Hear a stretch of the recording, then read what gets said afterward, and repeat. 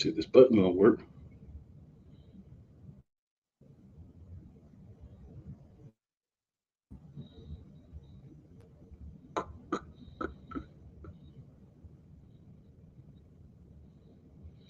What's up? What's up, good people? Eagles universe. Let's call it universe. Why not? It's another week, another episode of your boys, the Eagles Elite Podcast. And if you've been following us, checking out what we're doing, new hashtag be elite. Simple, man. That means just be part of the community. That's it. You know what I'm saying? Chat, group on Facebook, shoot us topics during the week if there's something you want to hear us talk about.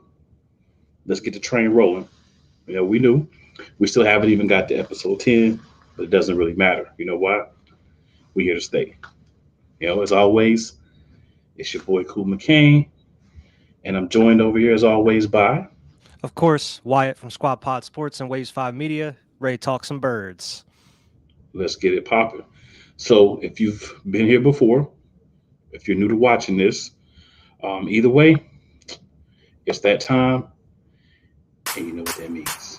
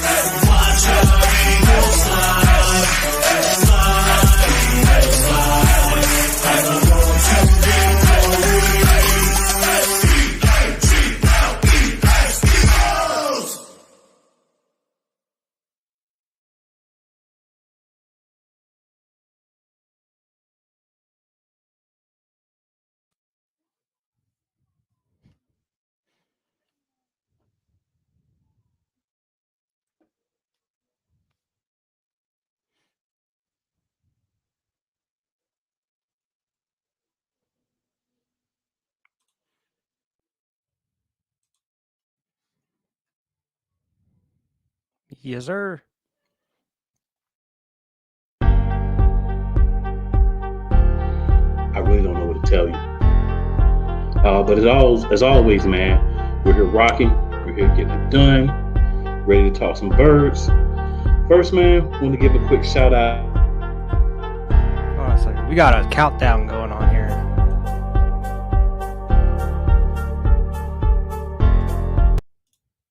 There you go.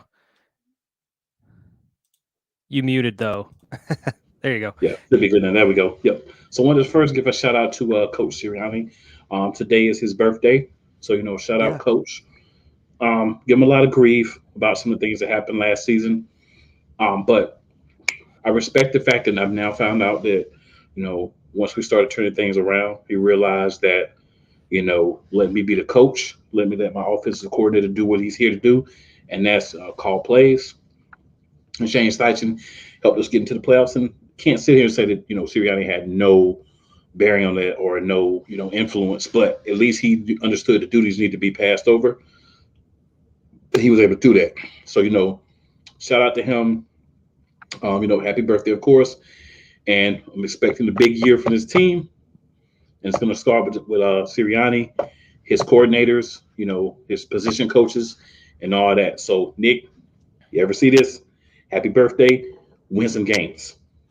Yeah, absolutely. And I mean, just go off of what you said. It's nice to see him kind of relinquish the reins of the offensive play call in there. That way he can focus on everything else, being a head coach and, leading this team going forward into the season and throughout the season. He's got a lot of other stuff on his plate, and, taking that off, that's going to help big time going through the rest of the season. Yeah, man, we all about, what I'm saying, just Eagles. It's Eagles, it's coaches, players, plays, all the good things that happen. Yeah. We're starting to see off-season team activities, OTAs, starting to slide into some different mini camps and stuff, man. And, we talked about a little bit last week, but a big thing I've been hearing is the improvement of Jalen Hurts. The dog that is Smitty, as he's called by his teammates, Devontae Smith, just catching everything, running his routes, and successfully, doing all the things. Of course, AJ Brown, big part of everything, but a lot of marveling from tight ends, running backs, wide receivers, everybody about the improvement of Jalen Hurts. We're not in padded portion of practice yet, but understand this: if you can't do it without pads, you can't do it with pads. So just that, a little bit of, at least he's doing well now, I'll take that, right? I will take Jalen Hurts, kind of learning on the fly, getting better over the off season. Saw a picture the other day of him last year, and it can be considered training camp, and now and just how more muscular he is. Now he stated that he weighs the same. So the only thing I can guess is, he may have dropped some body fat, and put on some muscle. So he's still in the same weight range, but he does look, he looks like he's ready for an NFL season for sure. Yeah, he's ready for the season. I'm excited, man. If he can add, if maybe they'll help with durability, and not that he only missed like one game last year, so not that he's a guy that's we worried about being hurt, but you always want durability, especially out of your quarterback position. Yeah, because if he goes down, that changes a lot for us for the season. So if we can keep him upright, keep him playing, that's just a win for us, man. Any thoughts on what you've been hearing about Jalen Hurts? Just Sirianni, since we talked about Sirianni, he just said that he's been very impressed with Jalen over this, OTAs and mandatory camp, saying that he's just getting the ball out quicker. He has a quicker release. His mechanics are a little smoother. The ball is coming out a little crisper and faster. He's going through his reads a little faster than he was before. It seems like just generally he improved his mechanics, and that's all we wanted. We talked about it the past couple weeks, him working with that QB guru, and it seemed like it really took effect on him here. But I'm excited. Yeah, man. And, we talk about Hurts, but it's also the receiving core. Major upgrade with the addition of AJ Brown. We got, I cannot remember his name. I had it earlier, but the really fast guy that we picked up. Devon Allen. Yeah. So a lot of talk about him and just how fast he is. If we can get the hands just decent. Yeah. If he's a guy that can make plays, we could just line him up in a 4 wide receiver or 5 wide receiver scenario and try to get him in a mismatch. If we can give him the ball in the seam, I think he can bust them. Big plays. So. Yeah, he just ran like the third fastest 110-meter hurdles. It was like the third fastest ever, and like that's nuts, man. So yeah, like you're saying, if he can get those hands together. Now a lot of these track stars, they usually try to come to the NFL. Usually doesn't work out. As soon as they start taking some big hits, that's enough for them. So we'll just have to see what that's like for him going through training camp. I know he's played football before, but NFL is a big difference from the college days. I know he played college. Yeah, definitely. But hopefully, man, just another weapon, even if it's just something that's more along the lines of a every now and then weapon, or just something a little sprinkle in the offense. Anything you can have to maybe get that 1 or 2 plays that you need to win a game, I'm for it. I'd be cool putting him on return, punt return, kick return. If he's that fast, if he can catch, man, get the ball and just, man, let him go. Let him just bust free. That's the dude that you would want back there. If he's able to, if he has good like handles, he's able to catch, man, why not? He'd be better than Reagor at punt return. That's for sure. Now that's no way for me to argue with you on that one, because that's 100% for sure. He'd be better than Reagor. So, I mean, man, it's just a matter of doing what needs to be done, man. Like, everyone's doing their jobs, it sounds like. No pass again, so no guarantees that once we put the pass on, things are going to be the same. But again, this is a place where everybody is now. A lot of pieces. We have new pieces. We have pieces that are going to be taking over different roles this year. Mm-hmm. So it's an exciting thing. We're looking at who's going to be our third receiver. We talked about receivers already, but still don't really have any separation that I've heard of between like Rieger, Greg Ward, and Watkins. Those are the three Yeah. guys. Which one of those guys are going to emerge so far, unless somebody else surprises everyone and be our number three? And that's going to be an important role because there has to be a guy that's dependable. He doesn't necessarily have to have a lot of speed, which helps Greg Ward because he is a guy that, for the most part, catches the ball. Right? Yeah. He's just kind of, not as fast as other guys, but great route runner. Was a quarterback in college, which should also be an advantage because if you play quarterback in college, you know how to play quarterback. If you know Mm-hmm. how to play quarterback, you understand the route tree, so you should be able to run the route tree. So I think, maybe an inside shot at being the guy, but I really think it's Quez Watkins' job to lose. I agree. So, but Camp will tell us everything we need to know. Yeah, exactly. I think it's going to be Quez Watkins at that third spot in the end. But throughout the course of the season, I think we hinted at it a little bit last week. I think Mo might have said it, but throw Rager in there on some like easy routes or whatever, get him the ball a little bit, boost that trade value up a little bit. That way you can get him out of here. Yeah. Another dope piece for maybe a safety or something. Go out there Mm-hmm. and use that to get a safety at some point. Because Howie's been no stranger to like in season trades too. Yeah. So there's nothing wrong with that. Another bit of Eagles news report, little off the field news. Mm-hmm. They signed a partnership with Real Azul, which is an ultra premium tequila made from blue agave. So if you're aware of that, that's you know pretty specific and pretty high end tequila. Okay. Yeah, they have a multi-year deal where they're going to be selling the Real Azul tequila at the stadium at Lincoln Oh boy. Financial. So if you're 21 and over, yeah, you can get this. They'll have portable bars on the concourse level, and then they're going to do a co-branded bar by 2023. So Man, another that's way just for trouble. That's trouble waiting to happen. Selling yeah, tequila at the lake, man. yeah, but partnership, man. Huh? They're going to get signage all over the stadium that's unique to Okay. Real Azul. They'll see things on different team platforms, digital, social, everything. So they're going to be a sponsor of the team. So that's going to bring Interesting. in a different audience for the team. As Wyatt alluded to, and I'll let him get a little bit more into that in a second. But this is going to be something that's going to be fun if you're like me, you're an Eagles fan, come from out of town, and you see some of the regulars get a little rowdy, have a few of these blue agave tequilas. That's going to Yeah. be something nice to see. Yeah, I didn't even hear about that. That's pretty Yeah. cool. The So one yeah, thing I man. wanted to mention before we moved on was just a couple things I saw out of training camp other than Jalen Hurts. It Let's seems go. like some of these veterans are really taking these rookies under their wing here. I've been Hmm. seeing videos of Kelsey working with Cam Jurgens a lot, getting him prepped up for maybe if he has to play it all this season, going into next year if he has to start. And I've also seen a lot of stuff, pictures and videos of Fletcher Cox working with Jordan Davis as Yeah, well. it's like they're glued at the hip. I love it. Yeah, yeah, and it's so crazy to see how much bigger Jordan Davis is than Fletcher Cox too. And see, that's what I was saying. Like when we're talking about the draft and everything, so I was saying this is a big man. You know what I'm Yeah, saying? This is a natural run stopper, big man. You yeah, put him in nose tackle, you put him in. How are you going to stop this guy? you're not. Especially like if you put him at nose tackle and you allow him to absorb that inside run. It's going to be hard, even if you double team this guy to stop him from Yeah, and getting he's in the fast. backfield, or being able to shift and get in the way of an inside run. So you're basically now filling up a couple of run lanes just Hmm. by him being on the field, right? So then that allows other people to be able to attack the other run lanes and say, well, we need to take these away. So you take away the primary run lanes with Jordan Davis. You take away the bounce outs and different things, the sweeps and different things with your other faster, smaller guys. Then you can make teams one dimensional. Then you can use Bradbury, Slay, and plethora of other guys in the secondary to make plays. That's how you win games. You say we're going to take what we have and we're going to use it together, and hopefully Jonathan Gannon can put together a game plan like I can. At least in theory, Hopefully. right here on the show.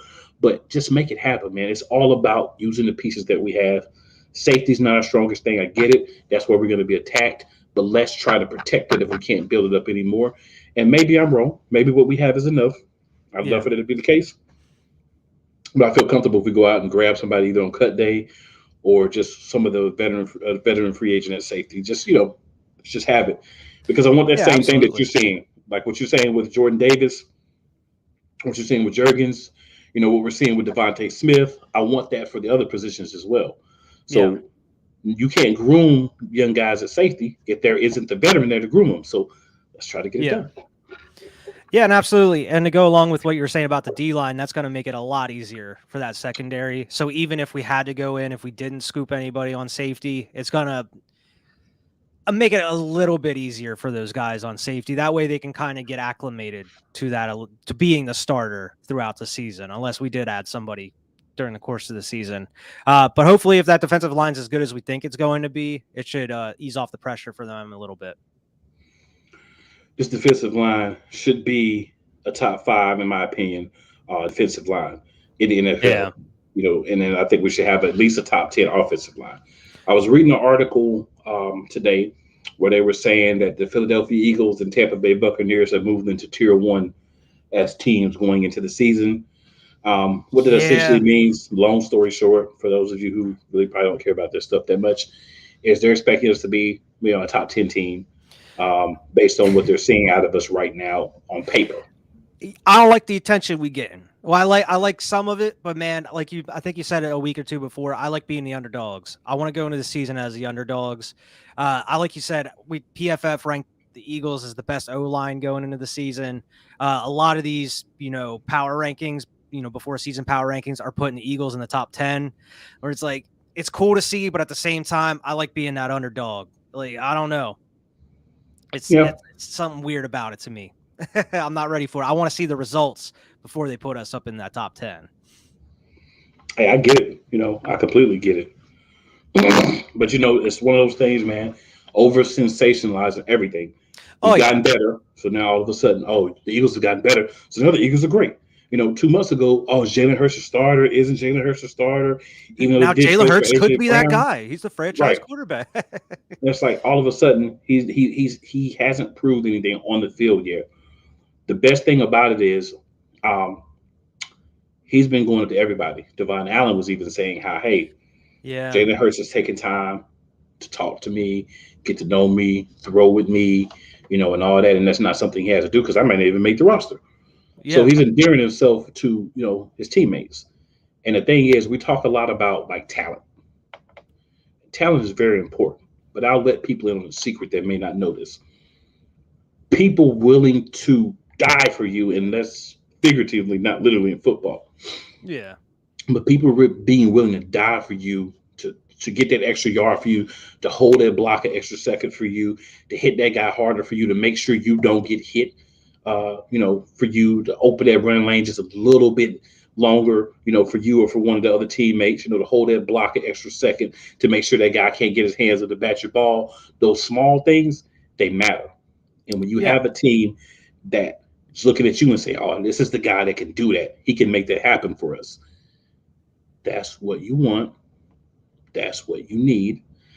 And that's what Jalen Hurts has built over his now third year in Philadelphia, his second year as the starter. So that's going to bode well. Again, we could talk all day about whatever, whatever. The one thing I want Eagles fans to understand, we don't know yet. When he gets in the pads and in game situations, are the new motions going to stick? Are these things muscle memory now? Or is there Yeah. going to be times where he kind of falls back to what we don't like for him to do? Them old habits. Yeah, some of those old habits that we don't know, but we want to hope that at least it won't happen a lot if it does happen. That's really all Yeah. we can do. I completely agree. And going off of what you're saying, last year we saw a lot of, the team buying into Jalen Hurts, saying he's that dude. I feel like you're seeing it even more so this year now, him going to the softball games, just being involved in the community in Philly as Mm-hmm. well, even more so than he was last year. He's present there, with Jeffrey Lurie, Howie Roseman, AJ Brown, all these dudes on the team are out there in the community doing some work and helping out the city.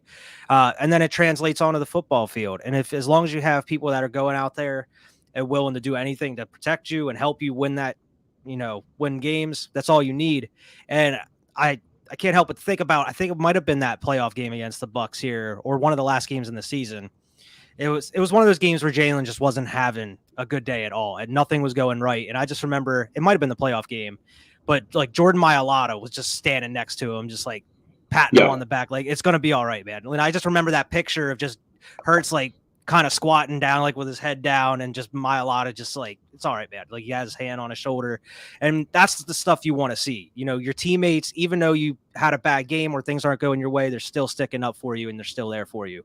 And as long as you have that, man, sky's the limit. Yeah. Yeah. It's all about the buy-in. You know, if he gets it done on the field, they continue to buy in. If he doesn't, they don't believe in him. If they don't believe in him, then, I mean, I'm going to be real here, because we being real. This is Eagle Show, we being real. If Jalen Hurts doesn't have them making those extra plays for him, if he doesn't have them fighting for him, holding that block an extra second, giving him a little bit more time to make the throw, to read the defense, you know, before things collapse, it's not going to look too good for him. No. So see, it's a symbiotic relationship. He needs that. They need him to be the guy, because if that happens, I hope it does. Don't know 100%, but if that happens, that position is solidified. Will he get paid? Yeah. He'd have to sometime between this summer coming up and the next summer, if he plays well. Here's the important part. We don't have to go looking for a quarterback. So now we can say, all right, we need to pay Hurts, work that out with him. You know, I feel like he's a guy that obviously wants to get paid, but he's going to do what's best for the team. Yeah. I don't know that, because I've, never talked to his agent, never had a conversation with him about it. But from what I see, I feel like he's a guy that I'm going to get mine, but I don't mind doing something reasonable so that we can put a team together to try to win. If he has that mind state when it comes to the cash as well as the team, then we're going to be set for a long time. What we see is a lot of these guys, they come in early, they play well, around year 2 or 3, they get this big max contract.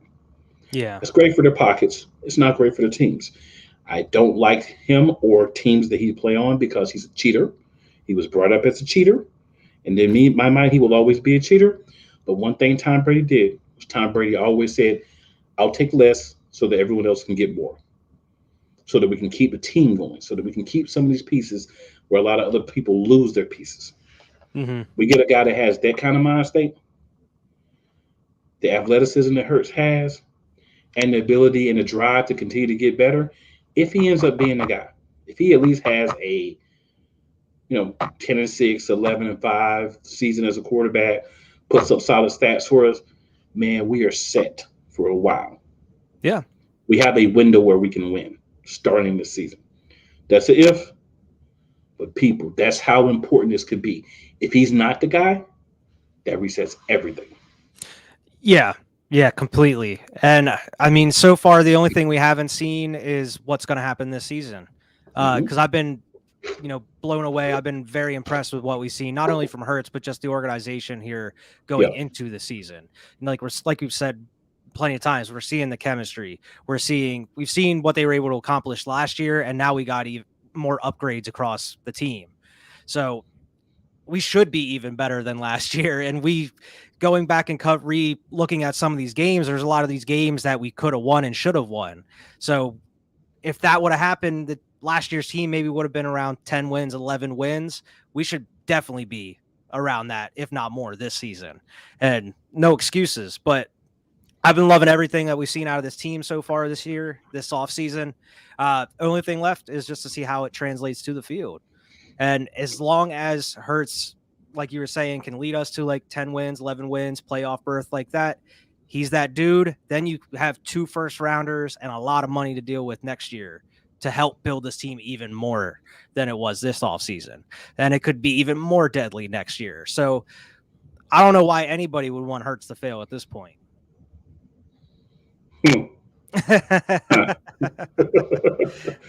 I'll just say, if you're really a fan of the team, then you should, want Hurts to be the guy, just because, like I said, we can kind of move some other ways. But, I feel where you're coming from 100%.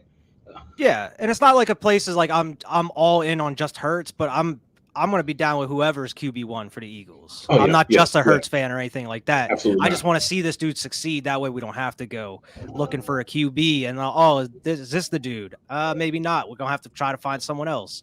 And then you got to maybe deal with a couple years of all that. So hopefully he is the dude. Yeah, that would be really good for us. That would help with everything that we're trying to get done. Mm-hmm. Help us just do what we need to do. Now, I'm going to use what you were talking about a few minutes ago, so we can slide on over to the games. So talk to Yeah. us about the first game we're going to be reviewing this week and kind of what was going on in that game. And I believe this was a winnable game. We didn't quite win it, but I believe this was a winnable Yeah. game. Yeah, this was versus the Chargers. Yep. I believe it was week 9. Yes, it I want to was. say week 9. Yeah, this was a very winnable game. I mean, the defense hung on for about 2.5 quarters. That last quarter and a half, I don't know what happened. It was a whole different defense at that point. The secondary was just letting everything by, just, the run game. They were slicing and dicing, making bigger plays in that second half. But that first half, the offense was rolling pretty well. They were the defense was trying to stop. They were doing a pretty decent job of stopping the Chargers, holding them the field goals and such. But they were kind of dunking us there, and it was kind of working for them a little bit in that first half. And then for some reason, that second half, they switched it up and started going for these bigger plays, and it started working. And then that second half was pretty much a shootout between Philly and the Chargers there. And it came down to that final drive. We had a couple chances to stop them on defense. It came down to like third and 1, 3rd and 2, and then it came down to like a 4th down. We had to stop them. And then they ended up just running out the clock, kicking a field goal to win it. But man, if that defense would have just hung on and stopped them there, that would have been our game. But of course, if we wouldn't have been stopped a couple times in that game, we might have won it as well. But it goes both ways. If the defense would have got a stop, probably would have won it. If the offense maybe would have got one more field goal or one more score, probably would have won it as well. But this was a winnable game, and against a Chargers team that's hyped up pretty much every year now, because they're contenders at this point, it seems, or going to be contenders here pretty soon. But we saw a lot of good things that, translated through the rest of the season.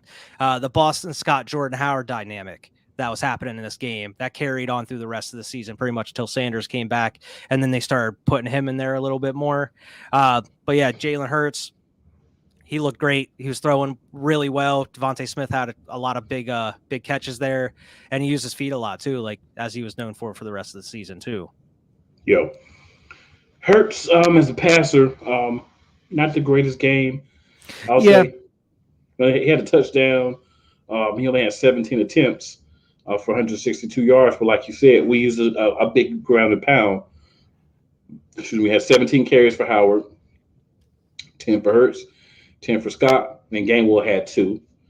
Passing, like you said, Smith had 5 for 116. So you think about, man, if he had 5 for 116 and Hurts only threw for 162, then Goddard, Watkins, and Rager only had together, 50 yards maybe? Yeah. Not even that. And a lot of that came in the second half there. Yeah. And it was crazy, man, because when you looked at the game, we were up 10-7 at half. We were running the ball strongly, but I think we got away from the run a little bit too much in the second half. I think this was kind of like that. Okay, we really need to stick to the run game, right? This was the game. It's like, if we had stuck to the run a little bit more, we probably actually would have won this game, like you said. We only lost by 3. We were up 10-7. We scored 2 touchdowns in the second half. We just gave up, 20 points in the second half and only scored 14. That's how you lose the game. Yeah. Like you said, the defense, but if you really look at it, they scored 11 points in the fourth quarter. So they got a touchdown, a 2-point conversion, and a field goal in the fourth quarter. And that field goal, a lot of the bend don't break type stuff. We really see, if we had been able to hold them to not getting the 2-point conversion. You take 2 points away, it's 20. They even a field goal only gives them 26-24. In the first quarter, I remember we had a couple of drives where we were near field goal range. probably where we should have kicked the field goal. And we said, let's go for it on fourth down. You know, and we only made 2 out of 4. We took one of those and said, you know what, let's kick the field goal. It's 55 yards, 50 yards. I forgot exactly what it was, but it was around a 50-yard field goal, maybe a little bit less. If we take that and we get a field goal, we add that 3 points to our score. If we stop them, we get a 2-point conversion, we still win the game.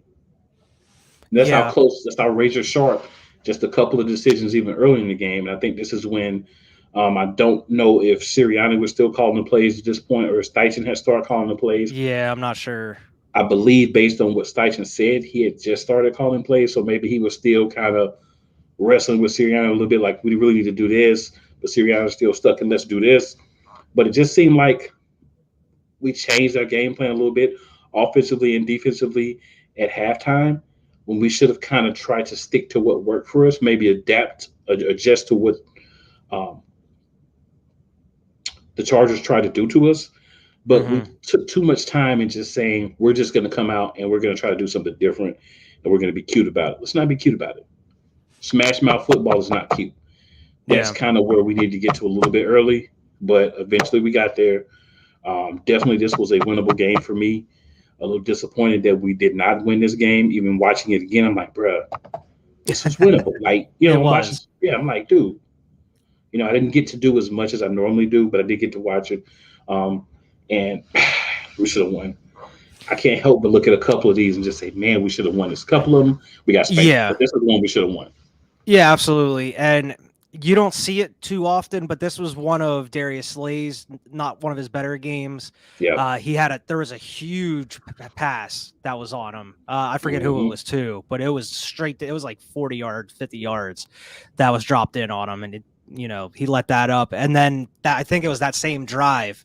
I forget. It might've been Keenan Allen pulled like a double move on him in the end zone and got him.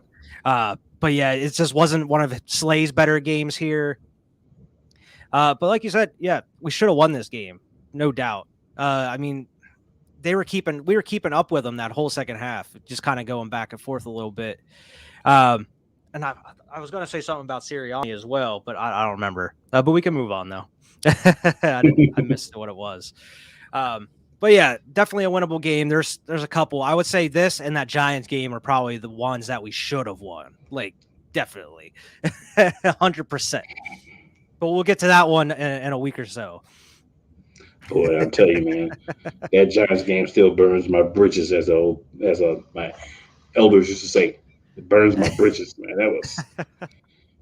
That was definitely a game that should have been won. But yeah, for this game, man, just to close it out, man. For me, we're at home. There wasn't really an excuse to lose this game. Up at halftime, this dropped us to 3-6, 3 games under 500. And it's like, dude, games that, we should have looked better in or possible wins, we didn't get. But at the same time, we did, like you say, show some signs of what was coming.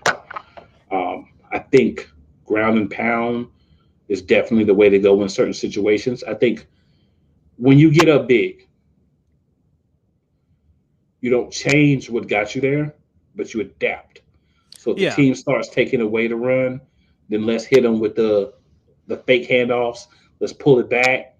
Let's drop it behind the defense on the slant, or let's try a couple of deep plays.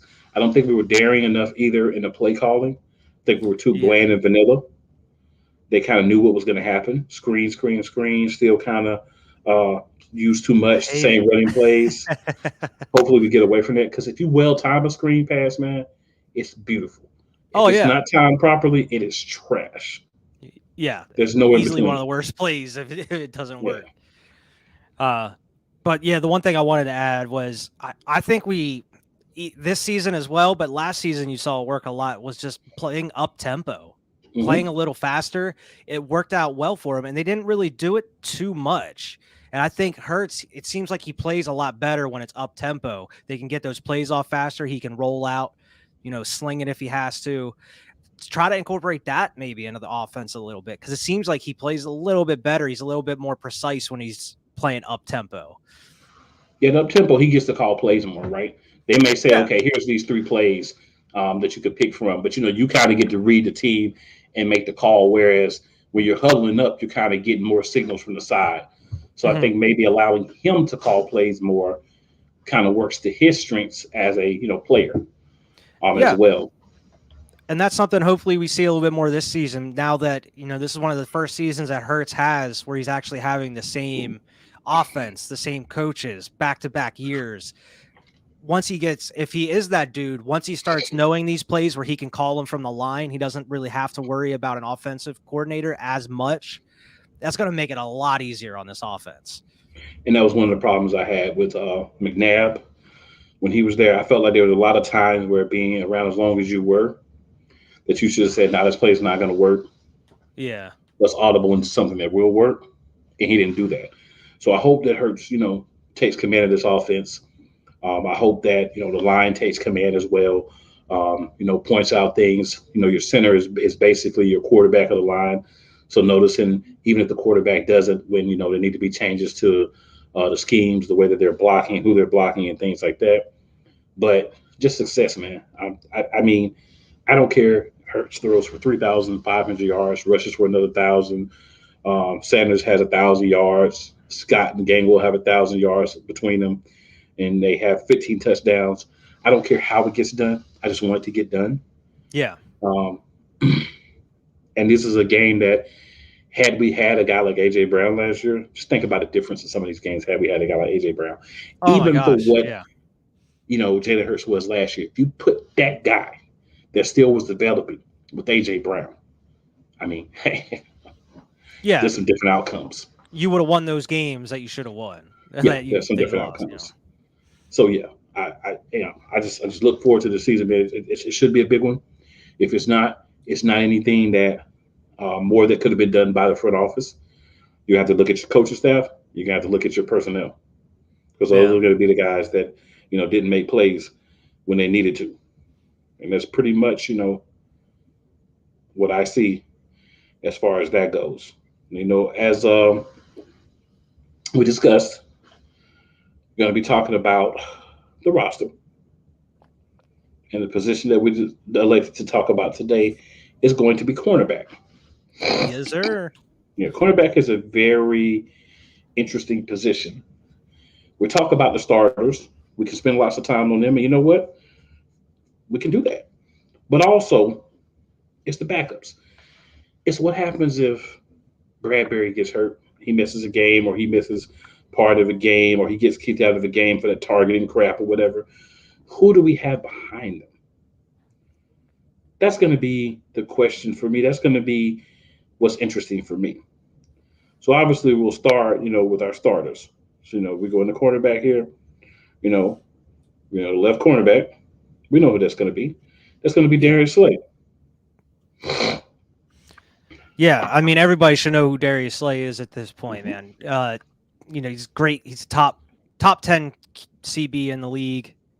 Some people would, put him in the top 5 even.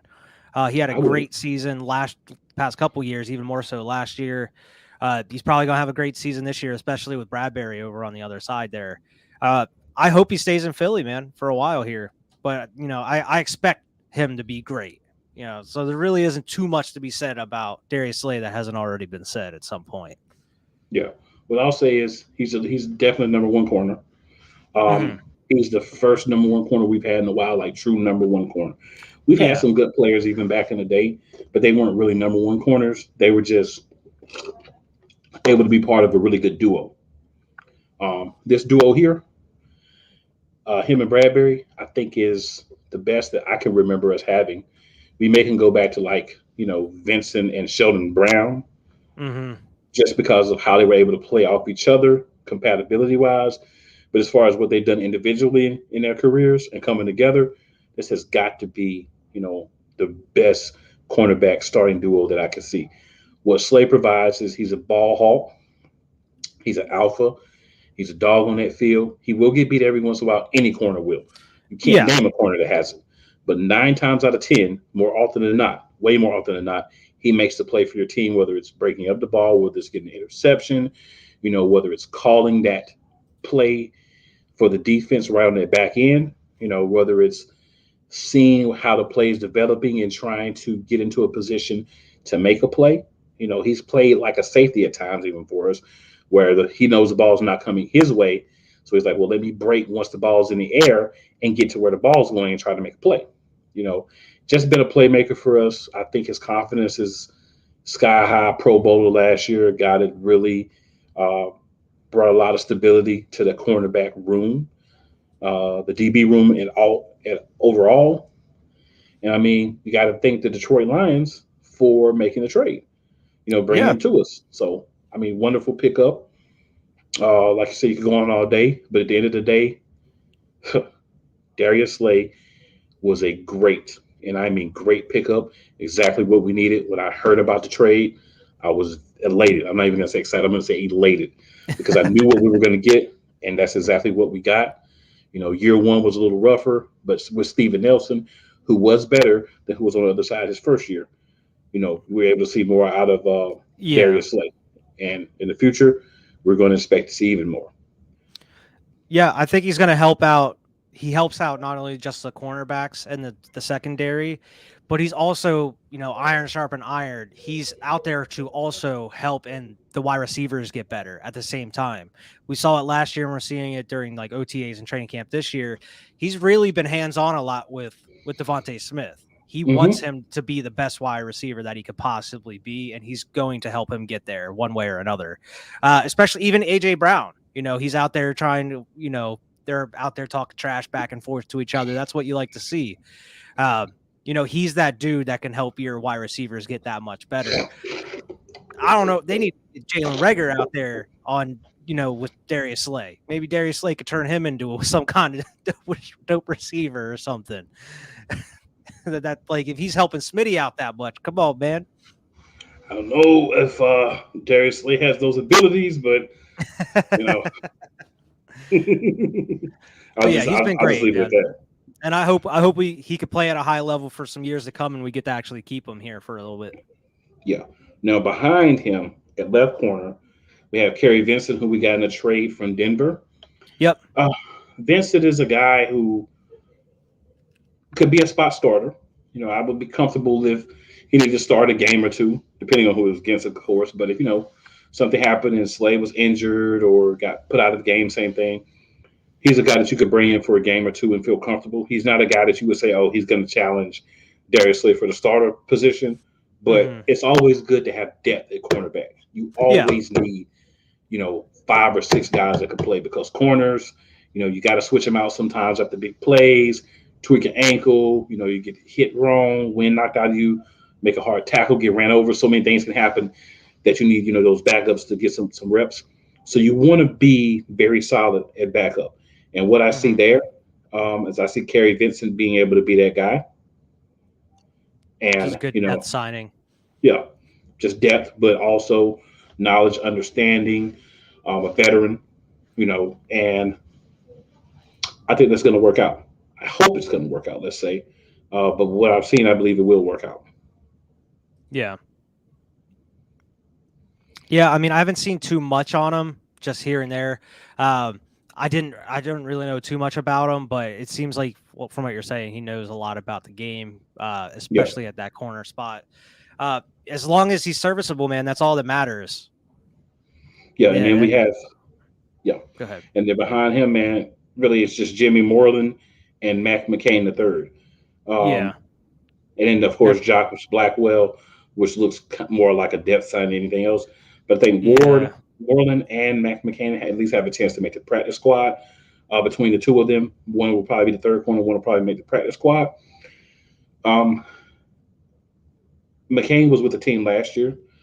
We lost him to Denver, got him back. He's a guy that the staff is really high on, so they were able to go snatch him back up. So I don't think he's a guy that they're going to want to put back out to allow another team to snatch up again. So if he's playing just as good as Jimmy Moreland, I think by the time of the camp, you're going to see Mac McCain actually on the team as far as making that 53-man roster, because he's a guy that I know that they really did not want to lose last year. But then Denver, they had to lose him, and they put him back out there in waivers, and we snatched him back up. So I think he's a guy that we're going to want to keep. the best way to keep him is at least make him the last corner on the roster, so that way you can protect him. Yeah, why not? And Jimmy Moreland, I think he was with Washington before, wasn't he? Moreland. I believe. Let me click on his. Yeah, Washington and Yeah, Houston. Washington He and was with Houston. Yep. Houston. So he's a guy that can play. And the best thing about the corners is you see him in depth by left and right. So we're going left and right. But a lot of these guys could play either one if needed. So that's important as well because we're thinking about who are you going to keep versus who you're going to let go. We see the depth chart now. We know it's going to change before the end of the season or the end of training camp because guys are going to play their way up, guys are going to play their way down. Now, also, we'll go ahead and hop on the slot real quick. Mm-hmm. So, slot corner, we know who the starter is. And, the starter is going to be, well, nickel corner, I should say, excuse me. Nickel corner is going to be Avonte Maddox. Yeah. Maddox is a guy that there's no question he could be an outside guy if he had a little bit more height, but he has the versatility where he could play safety as well. He's been with the team for some years. We signed him. We gave him some more money. So he's a guy that we believe in. And, hopefully works out for us. Yeah, I think he found his true role there at the Mhm. nickel. He played fantastic there last year. A bunch of big pass breakups and big plays that he's had as well. And I'm glad that we locked him down here for a while. That's a great piece to have. Yeah, definitely. And then his backup is going to be Josiah Scott. Mm-hmm. I remember hearing about Josiah Scott. He's a guy that came from Jacksonville in a trade. Mm-hmm. Yeah. And again, another depth piece. It's not a guy that I'm going to sit there and say, oh, he should be, the starter. He should be battling for the starting spot. But he's going to be kind of embroiled with Craig James as the battle for the number 2 nickelback. So it looks like we only have right now 3 nickelbacks on the roster. What that really means is we know who the starter is, which one of you is going to be a backup. Because then what we could do is a guy like a Mac McCain, Zach McPherson, if it comes to that, whoever, we can say, well, you are outside one, but we're going to need you to play in the slot this year while we're working on developing you to possibly be, a starter on the outside in the future. Yeah. Yeah, and then you have Craig James there, who's been on the squad here for a couple years now. We've been kind of bringing him back, either on the practice squad or just on that last spot on the active roster there. It's a dude they're familiar with and obviously like him enough to keep him around as far as the depth piece. Yep. So just be interested to see. Like right now he's third. If he beats out and becomes the second one, if he ends up being a depth piece, if he ends up on a practice squad, we'll see kind of what happens. But I do feel like that for the first time in a while, we have flexibility at corner, meaning that we have guys that you can say, okay, he's an outside corner, but if we need to, we could put him in a nickel, or put him in a slot, put him in, lineups where we may play 4 corners at once, right? We have that versatility and flexibility that I don't remember us having it for a while. It wasn't like a couple years ago where one of your corners goes down, you're doomed. Like we knew it was coming. That next game, we gonna get tore up. Yeah. You don't want to be in that situation. And then, of course, at right corner, we have James Bradbury. I don't think we really need to say too much about him. He's clearly the second best corner on our roster right now. That could change, 2-3 years, but right now, he's definitely the second best corner. Behind him, you have Zach McPherson, a draft pick that we've really wanted to play well. He was a 4th-round pick in 21, so, second-year player. We're going to see him get better. And then behind him, we have another guy that I think actually has a chance to make the team. We have a lot of guys that corner that actually have a chance to make the team, and that's Tate McGowan. Yeah. Because Gowan, he's been a guy that we brought in a trade last year. Actually, he was included in a trade for Zach Ertz when everybody's like, oh, you traded for this guy.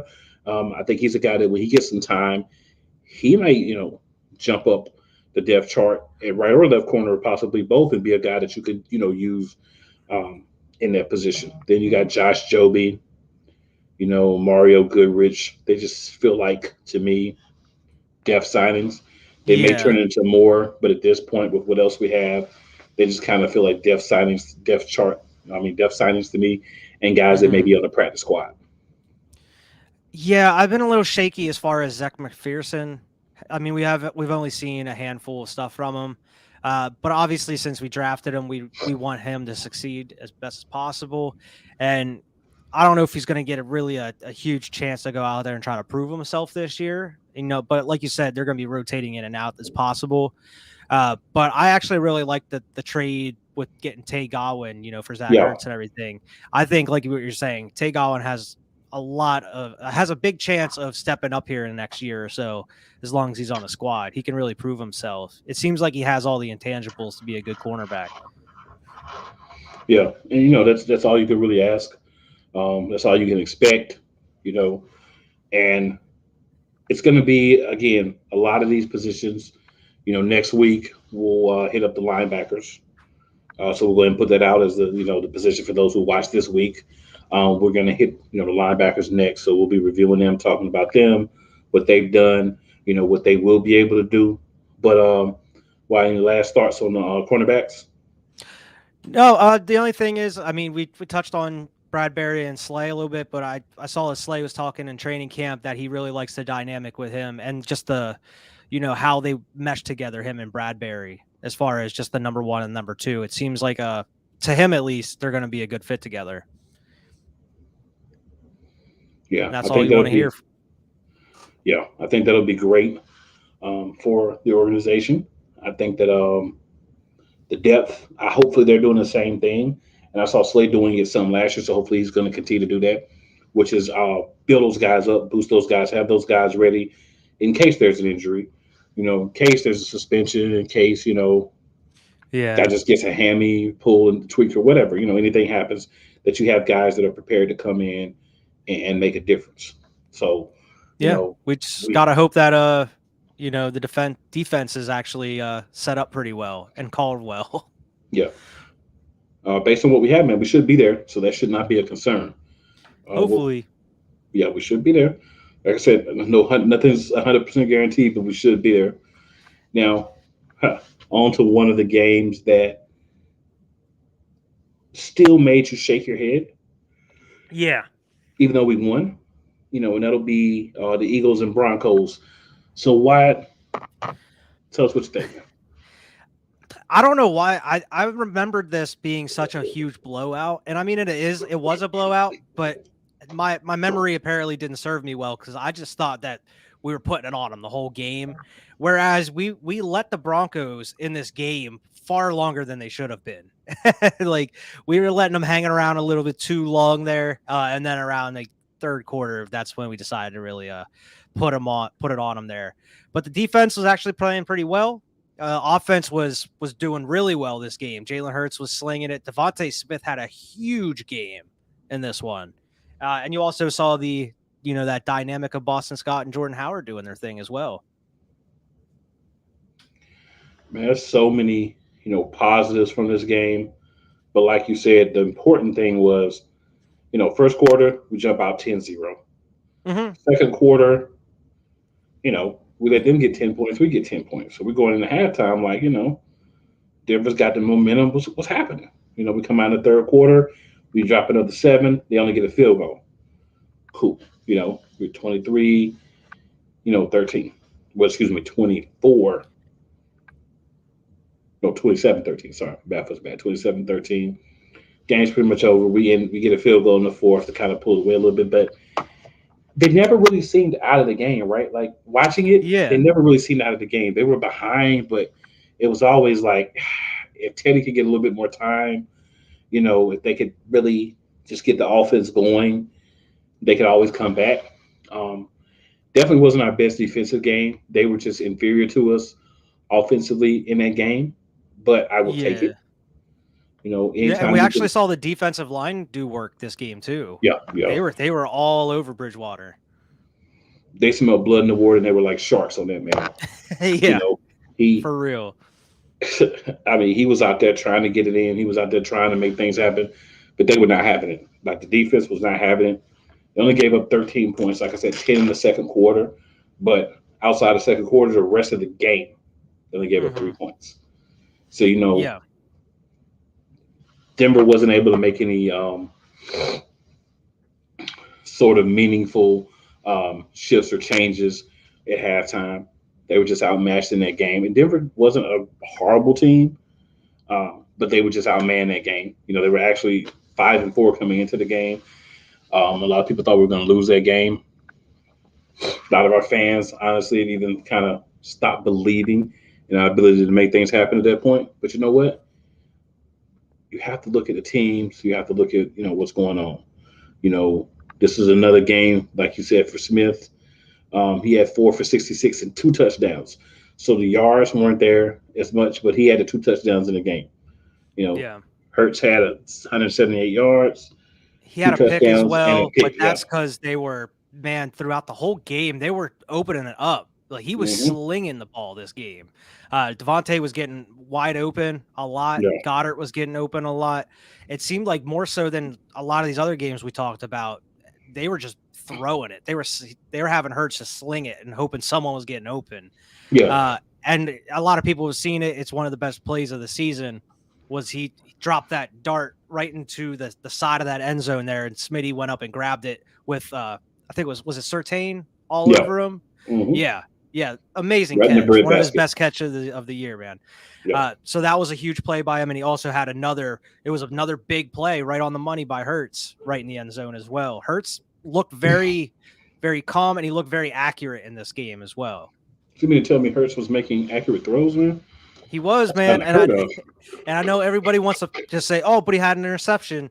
Yeah, I mean, we probably shouldn't have threw. He was a little underthrown on that one, but for the majority of the game, he was putting it right where it needed to be. Arm strength looked great. I know a lot of people will talk about that. Maybe that's why he went out and got them cannons. Now he bulked up a little bit. Yeah. But yeah, I mean, everything that went right is in this game. You kind of see go through the rest of the season. The run game was working. They're starting to get to Smitty a little bit more, getting him more involved, because you were only getting maybe a couple receptions a game for him, a couple big games, but this one they really went to him a majority of the game. But overall, man, it was great for him. Yeah, Hurts had 23 throws, but like you said, they all felt like just big plays almost. They ran the ball quite a bit. Howard had 12 carries, Scott had 11. Hurts had 13, Gainwell had 2, and Rieger had 1. So you ran the ball, almost 40 times, right around 40 times. So if you can run the ball 40 times and throw the ball 23 times and win the game 30-13, you've done what you should. You did what you came to do. Yeah. And we had a blocked field goal on him. Slay also had the fumble recovery touchdown in this game as well. The defense, I think they played well for the most part, because even when the Broncos were getting these bigger plays, they were getting into the red zone, we never really folded. They had to settle for a field goal every time, it seemed, except for maybe they only put like 10 points up on the board or something. But yeah, we were pretty much holding them to that field, that bend not break defense the majority of this game. And then that D-line started putting pressure on them there towards the end, and it worked out pretty well. But this is where it kind of started getting, this was kind of a get right game for the Eagles. Yeah, confidence builder, better play calling, better decision making, not just by Hurts, but the way they're hitting the holes. Another game without Miles Sanders. Theme that I want to talk about, like just throughout us reviewing the games, is Sanders is a better back on paper. Yeah. But this offense seems to be better with Howard and Scott. That's a concern, because Sanders was drafted to be the guy. And I think they just, even with Sanders in there, even if they have Howard in Boston, I feel like Philly just has a sense where, like, all right, Sanders is our guy. We're going to use him as an every down back. Where at this point, I feel like you can't use him as an every down back. As much as we want him to be, I don't think he can be at this point. You're going to have Boston or Jordan Howard or another back, Kenneth Gainwell, sharing them reps with him. Yeah. Health reasons, man. Health reasons, You don't want to put a guy out there that hasn't been healthy for an entire season in his career and tell him to be a bell cow back and run the ball 20, 30 times a game. He's not going to. But for some reason, as soon as he's healthy, we're like, all right, well, he's going in, and it's just going to be him now. He's going to be until he's out. And I don't know why they decided to do that. Split all the reps. Why not? Yeah. use them in certain situations, like if you have to. Like use them in the middle of the field, maybe use somebody else in the red zone or vice versa. Who knows? Yeah, let him bust some plays. Give him some sweeps, the things that he does well. Give him some inside runs just to switch it up, but just let the man play the way he plays. Yeah, and not only would you be giving them rest by doing that, but you're also keeping the defense. They're not going to know what you're doing by switching these backs in and out. It gives you more options. So I don't see why they wouldn't just switch them out with Boston or Jordan Howard or And then Kenneth Gainwell, whoever else. If you want to pound the ball in the fourth and let him loose, then that's I think. Now, of Yeah. course, with Jordan Howard, we'd have to re-sign him because he's not signed right now. Yeah. But I think we could get him, at a fairly decent price if that's the route they want to go.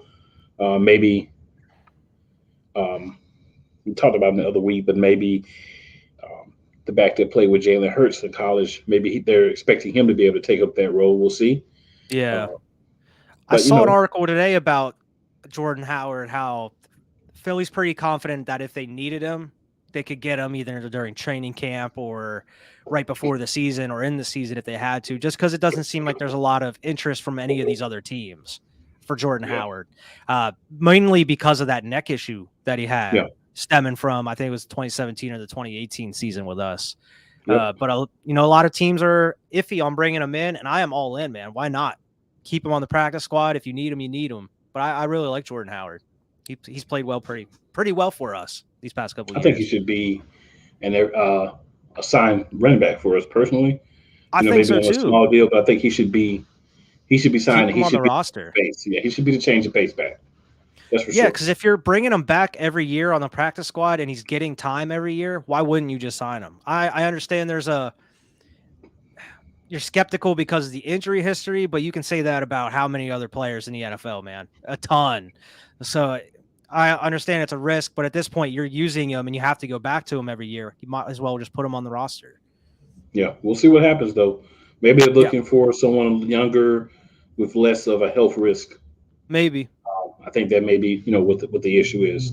But we kind of hit that magical moment. Yes, sir. Talk about what we need to talk about. So Wyatt, I'll let you go first, man. Tell everybody where they can find you. Yeah, go ahead and check us out on Ways 5 Media on YouTube and on Squad Pod Sports on Twitter. We got a ton of different content for everybody. Make sure to go check us out.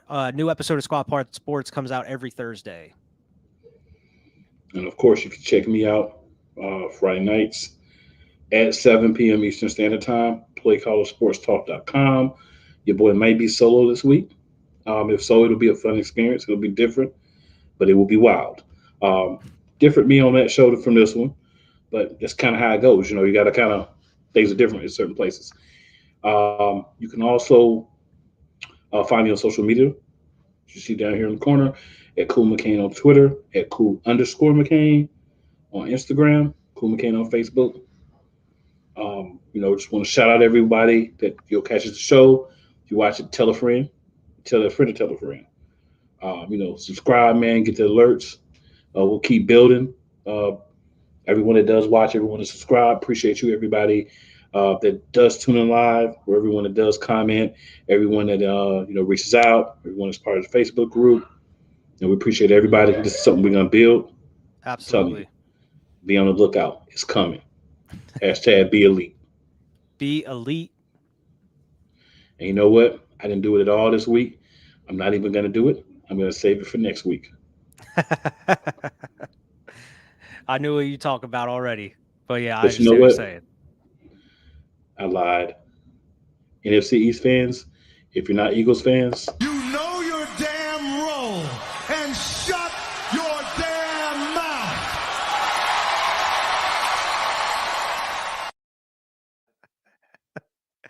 Gets me every time. And with that, we're going to bid you adieu, and we'll be back next week. Fly Eagles fly. Always.